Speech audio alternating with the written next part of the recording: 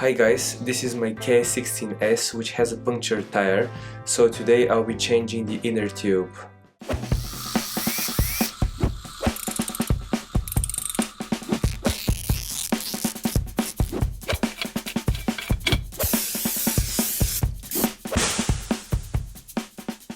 Disclaimer: you acknowledge that you undertake everything you see in this video at your own risk, with the potential of voiding your warranty. My leg support is missing, so we get straight into undoing the screws. There are 6 big screws on each side of the unicycle, underneath the pads. We remove the screws, but be careful where you put them, so you don't lose them. Here I'm using a magnetic tray. After we remove the screws, we turn the wheel on the other side and we remove the pad.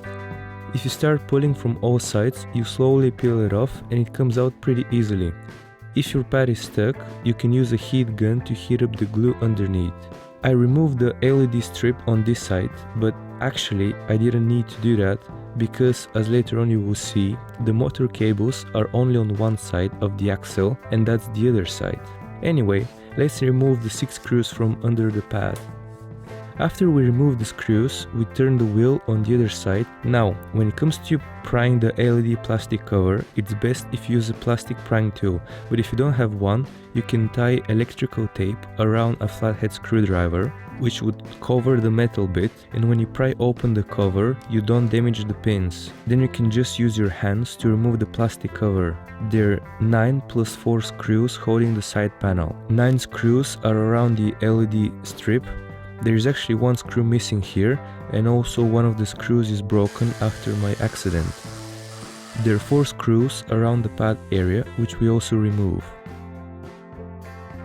When all of the screws are gone, then we can gently lift up the side panel, and gently is a key word because the light strips and the speaker are attached via cables, so if we aren't careful we will tear the cables.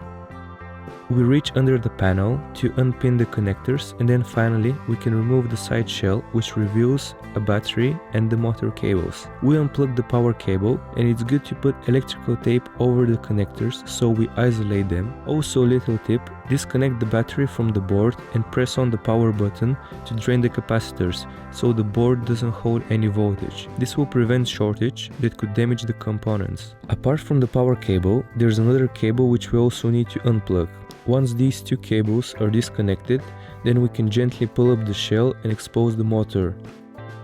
Once we have the motor separated, then we use 3 levers to lift up the tire from the rim. Once we have one side loose, then we can reach underneath and take the inner tube out. Best is to push the valve in so you can get it out of the metal rim, and then just go around the wheel and pull out the inner tube.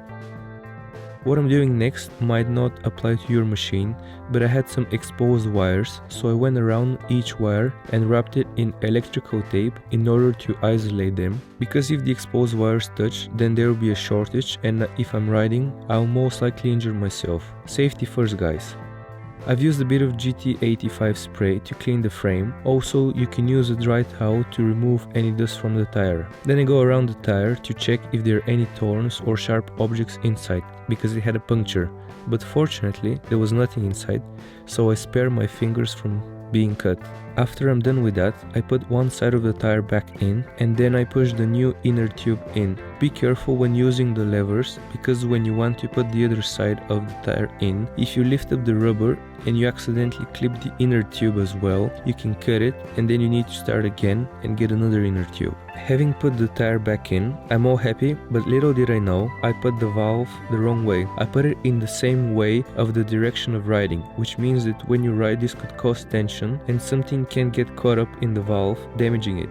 So I undo the last couple of steps, and this time I make sure that I put the valve end opposite to the riding direction. Now this is done, we can just trace back our steps. We gently slide the shell onto the motor, then we connect the power and sensors cables. We put the side panel, connecting the 2 light strip cables and the speaker cable. Then we put the screws in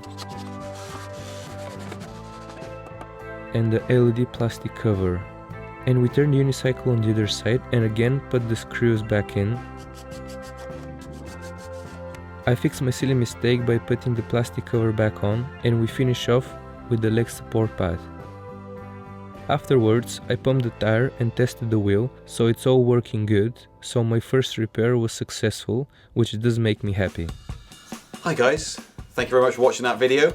We have got a service plan in place at Speedy Feet, so if you need to get your wheel serviced or you've got a problem you cannot fix, then give us an email or a call. Go to our website speedyfeet.co.uk for more details. Also, if we haven't done a video on maintenance that you want us to do, then just drop a comment below. Don't forget to like, subscribe and share this video if you think it's going to help someone else.